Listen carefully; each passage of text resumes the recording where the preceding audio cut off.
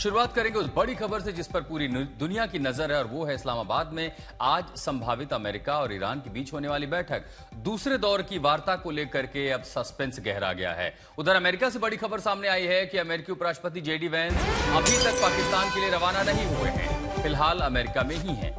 वहीं राष्ट्रपति Donald Trump ने कहा था कि सीज फायर खत्म होने से पहले अमेरिका एक प्रतिनिधिमंडल पाकिस्तान भेजेगा ताकि ईरान के साथ बातचीत आगे बढ़ाई जा सके। कुछ मुद्दों को लेकर के दोनों देशों के बीच तनातनी इस कदर बढ़ी है कि जेडी वांस का दौरा फिलहाल स्थगित दिखाई दे रहा है। वो अभी तक रवाना नहीं हुए हैं। ईरान की तरफ से कहा गया है कि वो शांति वार्ता में शामिल होने पर विचार कर रहा है, लेकिन अभी तक कोई अंतिम फैसला नहीं लिया है। कुल मिलाकर ईरान अमेरिका बातचीत की दिशा अभी भी साफ नहीं है। तो पाकिस्तान के लिए वेंस और उनका प्रतिनिधिमंडल स्टीव विटकॉफ, जेरेड कुशनर अभी तक रवाना नहीं हुए हैं और न ही ईरान की ओर से अब तक ये जानकारी सामने आई है। इस बीच ईरान की ओर से ये भी कहा गया है कि किसी भी हाल में धमकी के आगे वो नहीं झुकेगा। उधर अमेरिका की ओर से रुख साफ किया गया है कि जो ब्लॉकेड है वो अभी तक जारी रहेगा। उधर अंतर्राष्ट्रीय मीडिया ने ट्रंप का दावा खारिज कर दिया है। इस्लामाबाद में तमाम तैयारियां हो चुकी हैं बातचीत के लिए और बीती देर रात तक अमेरिका और ईरान के प्रतिनिधिमंडल को पहुंचना था। अब ऐसे में संभावना है कि मंगलवार का दिन काफी माथापच्ची वाला होगा दोनों देशों के प्रतिनिधिमंडल को।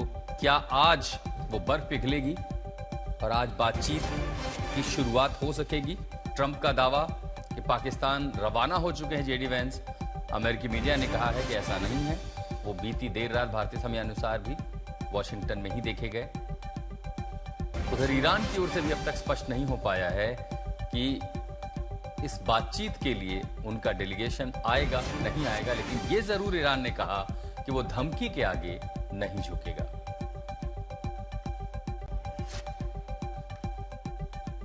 तो पाकिस्तान में होने वाली अमेरिका ईरान के बीच मुलाकात और बात को लेकर सस्पेंस गहराता गया है। न अमेरिका पहुंचा है, न ईरान पहुंचा है। पाकिस्तान में तैयारियां लगभग 10 दिनों की हैं और ये माना जा रहा था कि आज कभी भी बातचीत की शुरुआत होगी। हॉर्मुज पर अमेरिकी ब्लॉकेट को लेकर के ईरान बौखलाया हुआ है। तो ईरान द्वारा अपने न्यूक्लियर डस्ट को अमेरिका को सौंपने को लेकर के ना करने पर अमेरिका की भी नाराजगी है। तो इस्लामाबाद में अब ये डायलॉग होगा या डेडलॉग होगा, हम इसे इसलिए कह रहे हैं कि होना डायलॉग था, लेकिन मामला फंस नजर आ रहा है। जेडी वैंस रवाना नहीं हुए हैं, ईरान की वार्ता भी अभी विचार कर रहा है। अब अगर ऐसी परिस्थितियां होती हैं तो डायलॉग फिलहाल डेडलॉक की स्थिति में है और प्रोग्रेस तब होगा जब दोनों प्रतिनिधिमंडल इस्लामाबाद के लिए रवाना होंगे। तो ना ही वैंस रवाना हुए, ना ही अराक्ची रवाना हुए हैं। हालांकि बीती देर रात अल जजीरा के हवाले से यह भी खबर आई कि ईरान बातचीत के लिए तैयार है। अब लगातार यह भी जानकारी मिल रही है कि बातचीत की टेबल पर आएंगे दोनों, लेकिन हर किसी की अपनी शर्त है। अमेरिका कह रहा है कि मैं डील के लिए किसी दबाव में नहीं हूं। ईरान कह रहा है ईरान तो कभी किसी दबाव में आ ही नहीं सकता। अमेरिका ने कहा कि कोई जल्दबाजी में सुनवाई नहीं होगा। तो ईरान कह रहा है कि सुरक्षा के हिसाब से ही बात आगे बढ़ेगी, उससे समझौता नहीं होगा।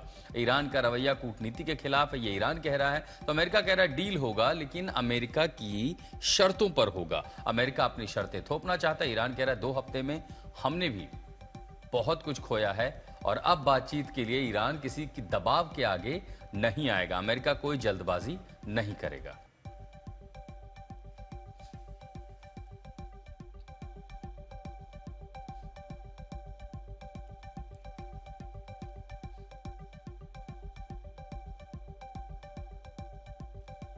तो बातचीत पर किसका क्या रुख, हम आपको यह भी बता रहे हैं। अमेरिका और ईरान के बीच में अमेरिका चाहता है कि बातचीत हमारी शर्तों पर हो, जबकि ईरान अपनी शर्तों पर अड़ा हुआ। और उसमें सबसे बड़ी जो शर्त है वो इस बात को लेकर के है कि क्या अमेरिका की जो मांगे हैं उसके आगे ईरान झुकेगा। ईरान कह रहा है उसका इतिहास झुकने का नहीं है। अब सबसे बड़ी बात यह है कि क्या हॉर्मुज खुलेगा। दूसरा, ईरान का रुख कायम है कि वो किसी भी हाल में अपने न्यूक्लियर डस्ट को अमेरिका को नहीं सौंपेगा, जो कि ट्रंप की पहली शर्त है। ट्रंप की शर्त यह भी है कि हॉर्मुज पर हमारा नियंत्रण होगा और इसीलिए लेबनान सीज फायर के बाद जब ईरान ने अपने हॉर्मुज के दरवाजे खोले तो अमेरिका ने ब्लॉकेड लगाई, जिसके बाद हमने देखा है कि अब खाड़ी में गोलियां भी चली। और ऐसी परिस्थितियों में नेतन्याहू के यहां कहा गया है, इजराइल में यह भी कहा जा रहा है कि अभी तक उनका लक्ष्य पूरा नहीं हुआ है। यहां तक कि पूर्व जो मोसाद चीफ हैं कोहेन, उन्होंने यहां तक कह दिया कि ईरान से खतरा अभी भी बरकरार है और इन परिस्थितियों में क्या बातचीत होगी, नहीं होगी, उन शर्तों में क्या जो शर्त है, क्या उसमें कहीं से भी किसी तरह का डिसोल्यूशन हो सकता है?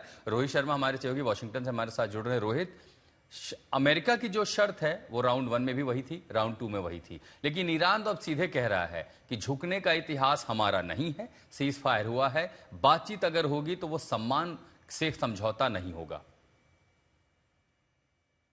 ईरान का ये कहना कि इनको एक मिसट्रस्ट है अमेरिका के विरुद्ध, आई थिंक ये जायज बात है। हमने देखा जब ये वॉर शुरू हुई उसके उस वीक में ही अमेरिका नेगोशिएट करने वाला था ईरान से, और यही लोग एम्बेसडर विटकॉफ और जैरेड कुश्नर जा रहे थे ईरान के फॉरेन मिनिस्टर से मिलने के लिए। तो वही बात है कि एक डिस्ट्रस्ट मिसट्रस्ट जरूर है दोनों देशों के बीच में। हालांकि प्रेसिडेंट ट्रम्प काफी बुलिश थे एक डील को लेके, और उन्होंने इस तरह के बयान भी दिए इस पिछले हफ्ते में कि ईरान सब कुछ मानने को तैयार हो गया है, अपना यूरेनियम हमें देने को तैयार हो गया है।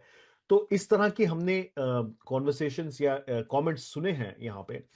लेकिन अब जिस तरह के हम कमेंट सुन रहे हैं ईरान से जो आ रहे हैं, आई थिंक वो थोड़ा सा बताता है कि जो डिवाइड है दोनों देशों के बीच में उनकी पोजीशंस को लेके, वो काफी बड़ा है फिलहाल। और इस्लामाबाद टॉक्स 2.0 में भी सक्सेस जो है वो निर्भर करेगा कि कौन सी साइड कितना डेस्परेटली चाहती है इस युद्ध को खत्म करने का। प्रेसिडेंट डोनाल्ड ट्रंप ने यह भी कहा था कि एक डील भी साइन हो सकती है इस्लामाबाद में, लेकिन अभी भी हमें नहीं पता कि क्या वजह है कि ये डिले किया गया है चीजों को, और जिस तरह की बयानबाजी हो रही है। तो आई थिंक थोड़ा सा हमें रुकना होगा, हमें कल सुबह देखना होगा क्या हालात होते हैं अमेरिका में। अभी तक ऑफिशियली तो कोई गाइडेंस नहीं आया है जेडी वैंस के ट्रैवल करने का, यूजुअली बताया जाता है सबको, लेकिन देखना होगा कि जो फिलहाल की आखिरी सेट ऑफ मीटिंग्स चल रही है यहाँ पे वॉशिंगटन डीसी में, उसमें क्या डिसीजन लेता है अमेरिका, और फिर ईरान जो है उसका ट्रस्ट गेन करना जरूरी है अमेरिका के लिए। नहीं ठीक है, लेकिन अब ये भी तो समझना होगा रोहित कि आखिर ईरान का माइंडसेट क्या है। वो तो सीधे कह रहा है कि हम दबाव के आगे नहीं झुकेंगे। सबसे पहले उसने शर्त रखी थी कि आपके पास $100 बिलियन का जो एसेट आप उसको डीप फ्रीज कीजिए। उसी के साथ कह रहा है कि हार्मुज पर नियंत्रण हमारा ना होना चाहिए। उसकी जो शर्तें हैं वो प्रयोगात्मक तरीके से ये दिखाना चाहता है कि वेस्ट एशिया में हम पावरफुल हैं, और जिस तरह का जश्न उसने मनाया था अपने घरेलू ग्राउंड पर जाकर के लोगों के बीच, क्या वो ये दिखना चाहेगा कि वो अब कमजोर पड़ रहा है?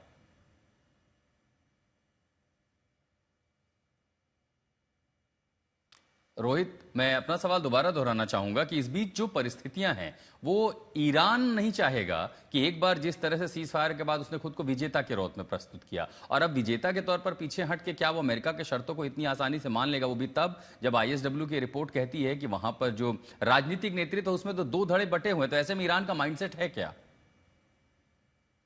पूरे दिन में वॉशिंगटन डीसी में कंफ्यूजन रही पहले, और मैं थोड़ा सा पीछे लेके जाऊं हमारी ऑडियंस को समझाने के लिए कि किस तरह से सैटरडे को प्रेसिडेंट डोनाल्ड ट्रंप ने कहा कि टॉक्स होने वाली है, संडे को टॉक्स हो सकती है। उन्होंने ये कहा कि जेडी वैंस नहीं जाने वाले टॉक्स को लेके पाकि जो इस्लामाबाद में होगी। फिर ये बयान आया है व्हाइट हाउस के हवाले से कि जेडी वैंस जाने वाले हैं। फिर मंडे को यहाँ पे वॉशिंगटन डीसी में ये बताया गया, प्रेसिडेंट ट्रंप ने कहा कि he is on his way, मतलब जेडी वैंस जो है जा रहे हैं इस्लामाबाद, और थोड़े ही घंटों में वो लैंड करने वाले हैं पाकिस्तान। उसके 3 साढ़े 3 घंटे बाद हमने देखा कि किस तरह जेडी वैंस खुद व्हाइट हाउस आ गए, और तब से मीटिंग्स चल रही है वहां पे अमेरिका में। सेनेटर लिंडसे ग्राहम जो प्रेसिडेंट ट्रंप के काफी करीबी माने जाते हैं, और जो इस वॉर को लेके काफी उन्होंने बहुत बार कहा था प्रेसिडेंट ट्रंप से कि आप वॉर कीजिए, आप ऑपरेशन कीजिए वहां पे ईरान में। अब उनकी एंट्री हो जाती है शाम को। तो माना ये जा रहा था या है अभी भी फिलहाल कि अगले दिन ट्यूसडे मॉर्निंग हमारे यहाँ पे यहां से एक डेलीगेशन जाएगा टॉक्स के लिए इस्लामाबाद। लेकिन ईरानियंस जो हैं अब वो जिस तरह की मैसेजिंग कर रहे हैं, वो बार बार ये कह रहे हैं कि हम इस तरह से नेगोशिएट नहीं कर सकते, आप हमें डरा नहीं सकते, आप हमको धमका नहीं सकते, आप ब्लॉकेट के नाम पे हमारे साथ नेगोशिएट नहीं कर सकते। तो कहीं ना कहीं जो मैसेजिंग रही है इस पूरे पिछले 3 साढ़े 3 4 दिनों में, काफी कंफ्यूजिंग रही है। और हमने ये भी तस्वीरें दिखी थी, पाकिस्तान से इस्लामाबाद को खाली कराया जा रहा था, वहां पे 2 होटल्स हैं उनको रिजर्व किया जा रहा था, लेकिन क्लैरिटी जो है फिलहाल मिल नहीं पा रही है कि ये इस्लामाबाद में जो टॉक्स होने वाली है ये दरअसल किस दिशा में जाएगी। और अगर आप फ्रैंकली मुझसे पूछे तो मैं कहूंगा कि बहुत अटर कंफ्यूजन है कि हो क्या रहा है और चल क्या रहा है, अभी तक किसी को नहीं पता।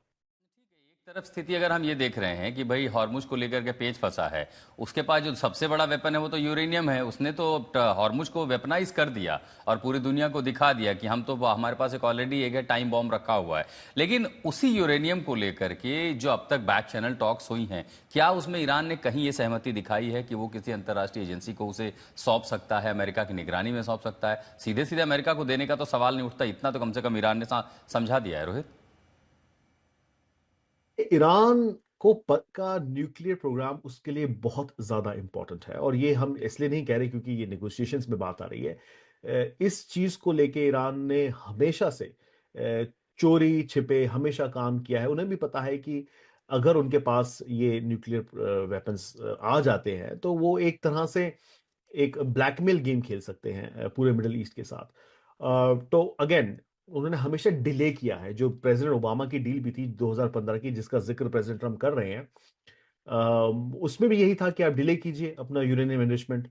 तो मुझे लगता है कि इसमें कहीं ना कहीं प्रेसिडेंट डोनाल्ड ट्रम्प को एक रास्ता निकालना होगा। ईरान, एक जो रिपोर्ट आई थी, ईरान तैयार हो गया था कि हम अगले 20 साल तक यूरेनियम एनरिचमेंट नहीं करेंगे, और जो फिलहाल यूरेनियम हमारे पास है वो आपको देने के लिए तैयार है। वो एक तरीका हो सकता है शायद नेगोशिएशंस को, में इस टॉपिक को आगे ले जाने के लिए। लेकिन अगर ईरान बिल्कुल नहीं मानता कि वो यूरेनियम एनरिचमेंट नहीं छोड़ेंगे और न्यूक्लियर प्रोग्राम नहीं गिव अप करेंगे, तो फिर मुश्किल होगी। क्योंकि प्रेसिडेंट डोनाल्ड ट्रम्प का ये जो पूरा ऑपरेशन रहा है, ये इसलिए रहा है, पिछले साल मिडनाइट हैमर से, जो जून में अमेरिका के B2 बॉम्बर्स गए थे, इसी बात को लेकर रहा है कि ईरान के पास न्यूक्लियर वेपन्स नहीं होने चाहिए।